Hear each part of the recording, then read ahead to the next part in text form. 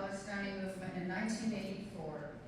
Before that, which is why seeks to address the growing influence of violent which is why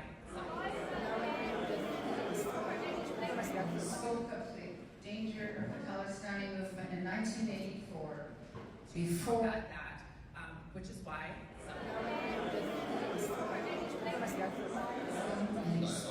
on an issue of growing spoke of the danger of the Palestinian movement in 1984. Before that, which is why from Canada India Foundation, we are doing this conference United Against Extremism today here in Canada, which we as Canadians feel is very, very important and timely for all of us.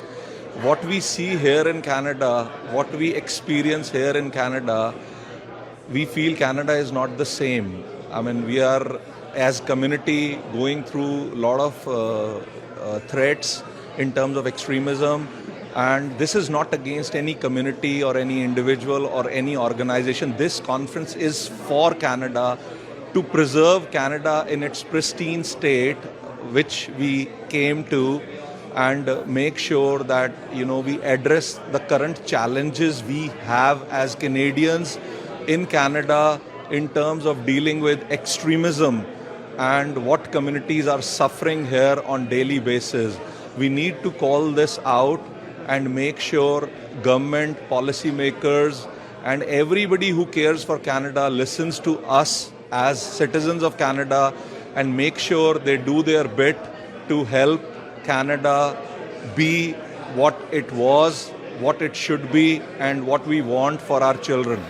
National Security Conference in Paramount Space in Vaughan, Ontario. This is an extremely important event in the context of Canada and Canada-India relations, and this is also the 40th anniversary of the Air India Kanishka bombing, where I lost my entire family. I'm here to speak to everyone in the hope that we will be able to establish a memorial learning center in Canada and in India, and also bring in to effect this subject in the education system right across Ontario, BC and Canada.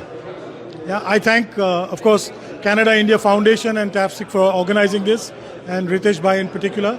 And I reach out to both the Prime Ministers of Canada and India to look at this very closely and help us go forward in this.